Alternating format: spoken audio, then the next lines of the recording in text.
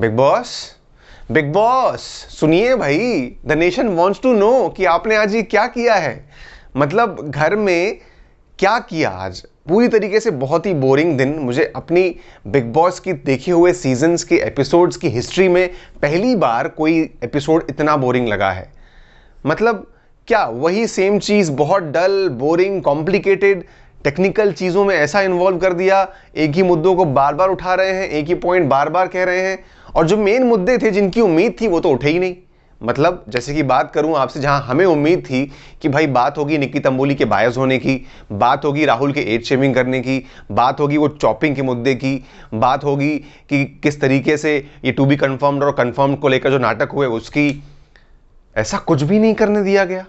मतलब आपने घुमा करके बस वो बहुत डल सा एक ही एक टास्क को बार बार अलग अलग रूप में पेश कर दिया, और जो वहां पे आके जो हमारे बेचारे फ्रेशर्स हैं वो भी घूम घूम के क्या क्या बोलते, एक ही मुद्दे को, एक ही पॉइंट को, एक ही खिलाड़ी को बार बार वो पॉइंट किए जा रहे हैं, अलग अलग तरीके से नाम लिए जा रहे हैं। यही तो पूरे में आज हुआ है।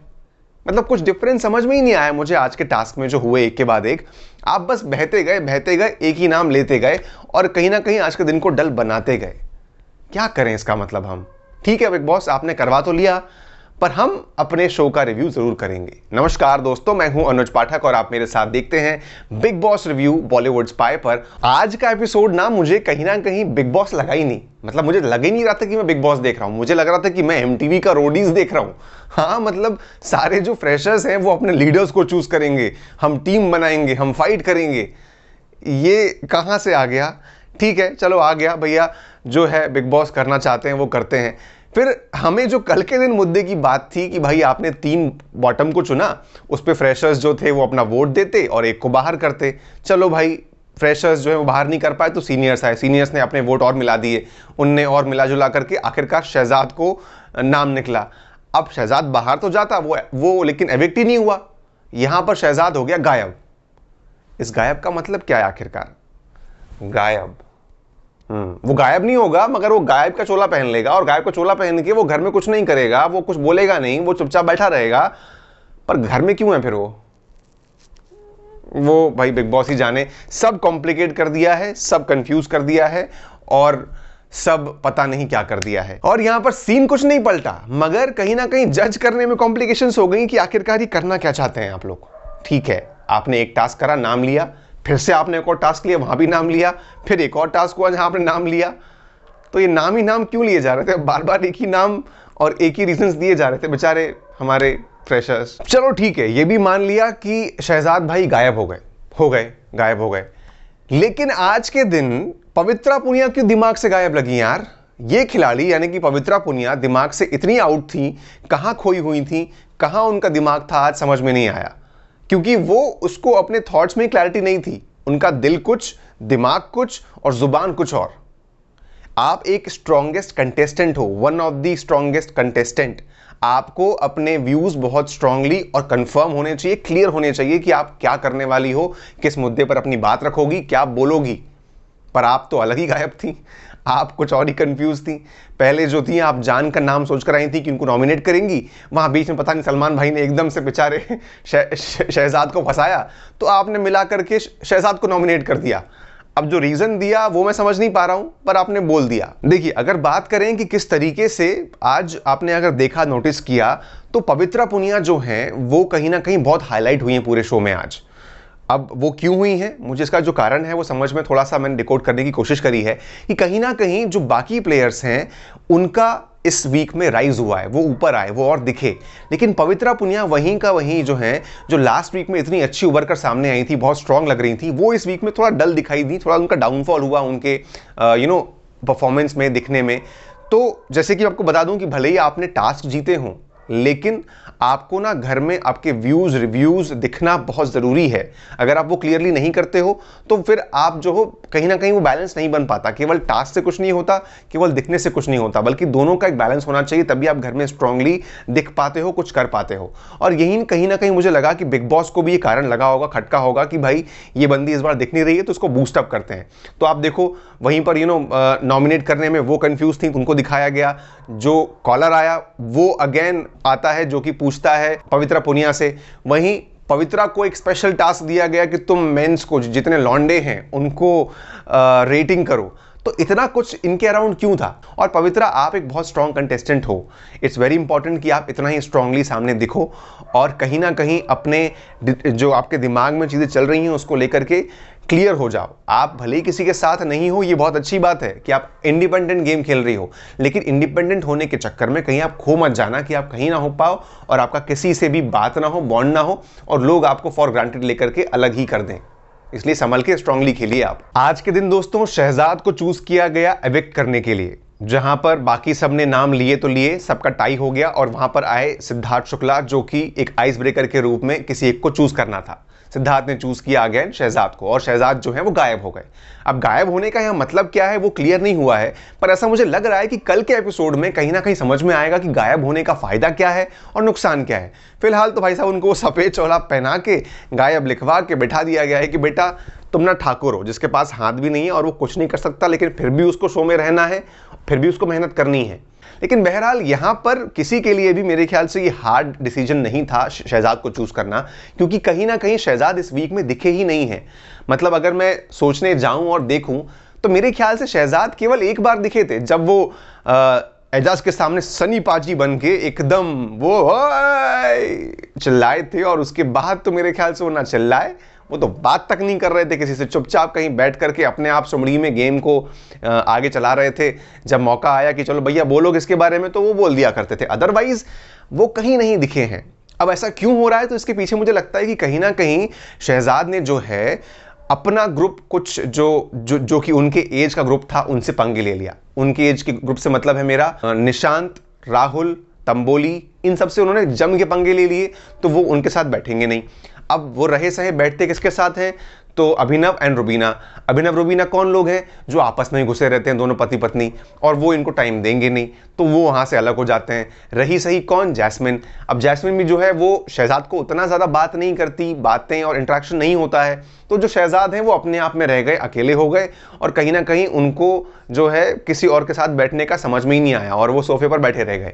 और इस चक्कर में मुझे लगता है कि इस बात को उनको रियलाइज़ करना चाहिए, या अगर उनको मौका मिलता है इस शो में रहने का तो उनको इतने पंगे नहीं लेने थे जिस तरीके से उन्होंने हेविनली ले लिया। दिमाग से नहीं सोचा कि मेरे लिए कौन सही कौन गलत है। और यहाँ पर ऑल्दो हम जानते हैं कि दोस्ती करना भी ठीक नहीं है, लेकिन इतनी बुराई कर लेना भी ठीक नहीं है कि आपको जब जरूरत पड़े तो कोई आपके लिए खड़ा ही ना हो। तो यहां पर एक सोच समझ करके शहजाद को अगर मौका मिलता है तो आगे चलना चाहिए, वरना तो वो खिलाड़ी बहुत खतरे में है। दोस्तों इसके बाद आता है हमारा फोम टास्क। फोम टास्क ना मुझे ऐसा लग रहा था पर्सनली कि आप लोग ना शो मेकर्स कहीं ना कहीं फोम को जो है किसी शेविंग फोम की कंपनी को बेच देते, तो उससे क्या होता ना कि फोम को लगाने का कुछ फायदा हो जाता और शो को कुछ एक्स्ट्रा पैसा मिल जाते। क्योंकि इसके अलावा मुझे कहीं भी इस टास्क को करवाने का कोई फायदा नहीं दिखा, क्योंकि ये कुछ नया था ही नहीं। यहां वही बातें हुई, वही रीजंस दिए गए, और सेम लोगों ने अपने ही जो पहले से प्लान्ड लोग थे, जिन पर कि उनका ग्रुपिज्म था, जिन पर कि उनका टारगेट था और वो पहले भी उनका नाम ले चुके थे, उन्हीं पर फोम लगाया। मतलब चलो जैसे कि मैं बात कर लूं फॉर एग्जांपल, दो एक जो चीजें मुझे लगी ठीक ठाक वो ये था कि भाई पवित्रा ने सरप्राइजिंगली यहां फिर से पलटी मार दी और उन्होंने इस बार जान के मुंह पे फोन लगा दिया। आपने पहले जान को बचाया था, अब आपने जान के मुंह पे फोम लगा दिया। इसका कारण क्या था पता नहीं।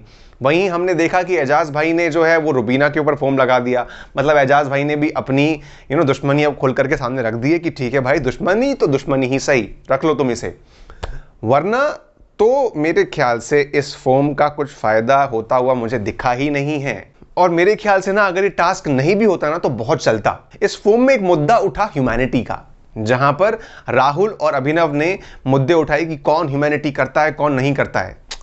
प्लीज यार राहुल भाई, अभिनव भाई, इस ह्यूमैनिटी को आप कहां एक्सपेक्ट कर रहे हो? आप गलत जगह पर आ गए हो। ये बिग बॉस हाउस है, यहां ह्यूमैनिटी के लिए कोई जगह नहीं है। प्लीज इस बात को समझें और कृपया कर ह्यूमैनिटी को यहां ना ही लाएं तो अच्छा होगा, क्योंकि यहां होता है माइंड गेम, यहां होता है बहुत ही ज्यादा एक दूसरे से फाइट्स।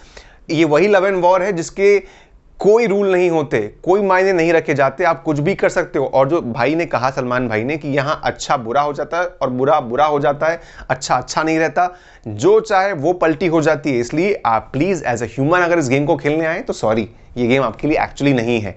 तो यहाँ पर काउंट मत रखो कि किसने दिखाई ह्यूमैनिटी और किसने नहीं दिखाई, ये बात सबको समझनी पड़ेगी। अब यहाँ पर आज के दिन एक और टास्क को इजाद किया गया कि सीनियर्स जो है वो रीजन देंगे कि कौन सा प्लेयर है वो आगे जाने लायक है और कौन सा नहीं है। तो यहां पे आ जाती है टीवी, टीवी का आता है शटर, किस पर बंद होगा किस पर खुलेगा। तो भाई यहां पर जो है सीनियर्स ने चूज करे 4 नाम। वो 4 नाम कौन कौन से थे? रुबीना, पवित्रा, जान, अभिनव। ठीक है भाई, आपने चूज कर लिया, मगर इन नाम का क्या? इसके आगे आपने क्या किया? इनको आगे क्या, इनको कुछ एडवांटेज मिली या ये आगे पहुंच गए, कंफर्म्ड हो गए? नहीं, ऐसा कुछ भी नहीं हुआ। ये सब वहीं के वहीं रह गए, इनको कुछ भी स्पेशल बात नहीं हुई। और सीधी बात दोस्तों, जिस तरीके से सीनियर्स ने अपने नाम को फाइनलाइज करा, उनको कहा गया कि भाई समझौते के साथ आगे आना है, लेकिन यहां कुछ हुआ ही नहीं समझौता। सीधी सी बात है कि जो बनती मेजॉरिटी, तीसरा उसमें इन्वॉल्व हो जाता। और सीधी बताऊं बात आपको कि यहां पे सीनियर्स ना हर बार वो जो मैंने आपको डीलिंग की बात कही थी ना, वो डीलिंग ही करते आ रहे हैं और कुछ नहीं हुआ है यहां पर पे। चलो ठीक है, आपने जो 4 नाम चूज कर लिए, उसके बाद इसका कुछ फायदा तो हुआ नहीं, क्योंकि किसी को भी उसके बाद क्यों आपने ये करवाया ये समझ में ही नहीं आया। हाँ, ये मान सकता हूं मैं, क्योंकि इसके बाद जो टास्क हुआ, यहां पर जो है फ्रेशर्स को कहीं ना कहीं माइंड से तैयार कर दिया गया कि भाई तुम समझ जाओ कि कौन सा सीनियर तुम्हारे बारे में क्या ख्याल रखता है, ताकि तुम्हारी यानी कि फ्रेशर्स की सीनियर्स को लेकर के पिक्चर क्लियर हो जाए। अब इसके बाद आता है टास्क। अब ये जो टास्क हुआ, यहां पर जूनियर्स को अपने सीनियर को चूज करना था। ठीक है, यहां पे कुछ चीजें हुई सरप्राइजिंग, जिसने मुझे रिलेट करने का मौका दिया कि कैसे पुराने टास्क से जुड़ाव हुआ। जहां मैं उम्मीद थी कि जो जैस्मिन है वो सिद्धार्थ को चूज करेगी क्योंकि वो उनकी दोस्त है, लेकिन ऐसा नहीं हुआ। जैस्मिन ने चूज किया किसको? हिना को। और जो मुझे रीजन लगा कहीं ना कहीं वो इसलिए भी, चूंकि इससे पहले वाले टास्क में जब सीनियर्स ने अपनी प्रेफरेंस बताई थी, तो वहां सिद्धार्थ ने पवित्रा को चूज किया था इंस्टेड ऑफ जैस्मिन। तो यहां पर शायद जैस्मिन ने इस बात को देखकर समझकर अपने आप रास्ता बदल लिया और वो चल दी आपके हिना के पास। वहीं एजाज जो थे वो दिमाग से क्लियर थे, वो फैन है सिद्धार्थ के, तो वो उनके टीम में गए, बाकायदा ये क्लियर हो गया। वहीं जान कुमार सानू हमारे, वो उभरे निकल कर आए, जो कि पहले खुद को बहुत बड़े फैन कहते थे सिद्धार्थ शुक्ला के। उन्होंने सिद्धार्थ को चूज नहीं किया, उन्होंने गौहर को चूज किया। अब यहां पर ये ट्विस्ट जो है वो वही जाने कि क्यों हुआ, लेकिन कहीं ना कहीं सिद्धार्थ के फैन को धक्का लगा होगा कि भाई हमने तेरा सपोर्ट किया और आज तूने अपनी पाला बदल लिया। वाह साहब, ठीक है भाई जान, ये आपकी सोच, अब वो आपको ही कितना फलती है या नहीं फलती है वो समझ में आएगा। लेकिन फिर मुझे ना इस टास्क में एक सवाल उठ गया कि भाई आपने तंबोली को इस टास्क में क्यों इन्वॉल्व किया, क्योंकि ये बात है टू बी कंफर्म से कंफर्म होने की, लेकिन तंबोली जो है वो ऑलरेडी कंफर्म्ड है। तो आपने उसमें क्यों इन्वॉल्व किया? वो क्यों किसी और टीम में गई, जहां आपने एक तरफ जो शहजाद थे बेचारे, उनको जरूरत थी कि उनको आप इन्वॉल्व करके यूज करते, आपने उनको यूज नहीं किया। आपने टू बी कंफर्म से जो ऑलरेडी कंफर्म्ड है तंबोली, उनको भी इसमें मिला दिया है और वो घुस गई हैं सिद्धार्थ की टीम में। ये क्यों करवाई गई हैं? क्या फिर से कुछ सीन पलटेगा और यहां पर भी जो है कहीं ना कहीं तंबोली को भी मुश्किल में डाल दिया जाएगा? कुछ बोल नहीं सकते, पर आपको मैं अब बताता हूं कि टीम्स क्या बनी हैं। यहां पर हम बात करें अगर हिना की, तो वो सबसे ज्यादा स्ट्रांग लग रही है, क्योंकि उनको 4 प्लेयर्स मिले हैं, यानी कि कौन कौन? रुबीना, अभिनव, यानी पति पत्नी फिर से साथ में आ गए हैं, वो इसमें भी साथ में खेलेंगे। और वहीं साथ में है उनके जैस्मिन एंड निशांत, ये 4 प्लेयर हैं हिना के साथ। वहीं बात करें गौहर की, तो गौहर के पास कौन कौन है? जान कुमार सानू एंड राहुल। भाई इनको तो मतलब समझ में नहीं आ रहा ये कैसे करेंगे, क्या करेंगे। ठीक है, और वहीं तीसरी टीम है सिद्धार्थ शुक्ला की, जिसमें है निक्की तंबोली, एजाज एंड पवित्रा। तो ये इस तरीके से 3 टीम्स बच चुकी हैं। वहीं हमने देखा कि सलमान भाई ने एक बात कही कि इस बार इस घर से 4 लोग बाहर जाएंगे। अब वो 4 लोग कौन हो सकते हैं, इस पर जो मेरा व्यू है कि मेरे अकॉर्डिंग वो 4 लोग कौन हो सकते हैं, वो मैं आपको बताता हूं। मेरे हिसाब से जो मुझे 4 लोग बहुत ही कमजोर लग रहे हैं, वो हैं जान, शहजाद, निशांत एंड अभिनव। ये जो 4 खिलाड़ी हैं, ये कहीं ना कहीं मुझे भी कमजोर कड़ी लग रहे हैं। अब मैं ये नहीं जानता कि इस टास्क में किस तरीके से किसका रंग, क्या सीन पलटेगा और क्या हो जाएगा, लेकिन फिलहाल के लिए इन 4 को मैं कमजोर कड़ी मानता हूं। वहीं अब कल के दिन दोस्तों होने वाला है गेम ओवर टास्क, जहां हम देखेंगे कि एक के बाद एक कल से ही जो खिलाड़ी हैं उनका गेम ओवर होना शुरू हो जाएगा। अब देखते हैं कि कल कैसे ये जो पूरी प्रोसेस है वो कंप्लीट होती है और कौन से वो खिलाड़ी हैं जो बाहर जाते हैं। एंड आई होप कि जो एपिसोड आज हुआ है वो कल से ना हो, लेकिन मुझे ऐसी उम्मीदें बिल्कुल ही कम है, क्योंकि कहीं ना कहीं नए खिलाड़ियों की सुगबुगाहट हो गई है कि वो आने वाले हैं। वहीं एक साथ एक नहीं, दो नहीं, चार चार लोग बाहर जाने वाले हैं, और जैसे ये टीम बनी है, एक बहुत ही इंटेंस घमासान हमें देखने को मिलने वाला है। सीनियर्स आपस में भिड़ेंगे, नेचुरल सी बात है, चूंकि वो बहुत तगड़े हैं आपस में, और उनको अलग अलग खड़ा कर दिया गया है। अब जो अब तक साथ थे, अब वो एक दूसरे के खिलाफ होंगे। ये देखना बहुत इंटरेस्टिंग होगा, मजा आएगा, साथ में एंजॉय करेंगे, फिर करेंगे रिव्यू। बहुत शुक्रिया। Stay happy, stay healthy, positive रहिए दिमाग से, कोरोना से नहीं। तो बस, thank you so much everyone. Good night.